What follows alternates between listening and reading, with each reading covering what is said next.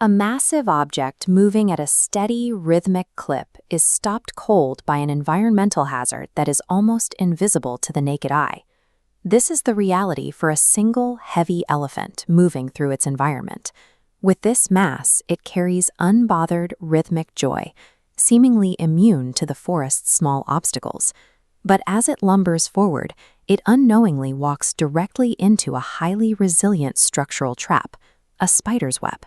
Individual kinetic energy is useless here. The web's sticky elasticity doesn't break under the weight. Instead, it stretches and clings, wrapping around the elephant's frame and neutralizing its forward momentum. The animal begins to strain against the fibers, but the more it pulls, the tighter the web grips.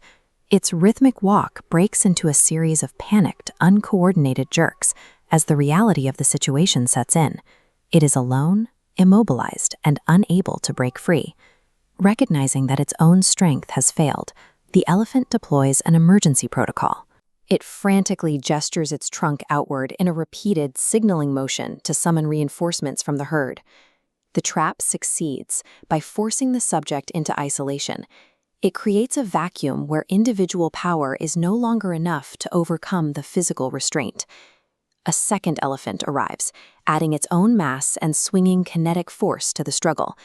The weight pulling against the web has now doubled, yet the structure remains intact.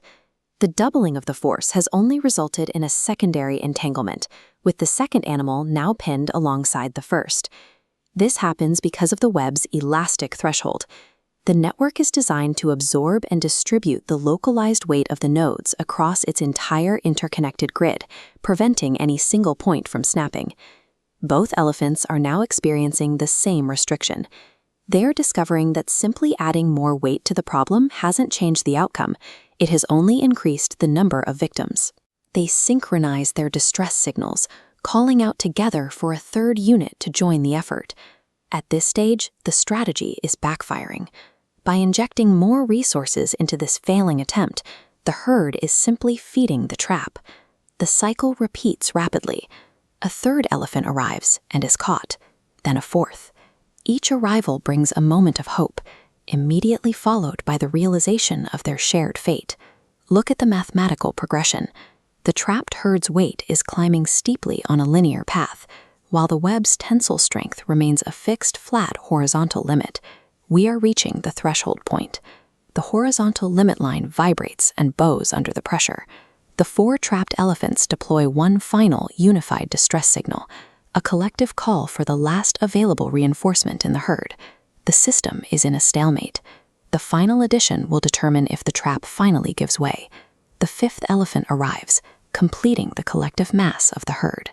The arrival of this final unit marks a shift.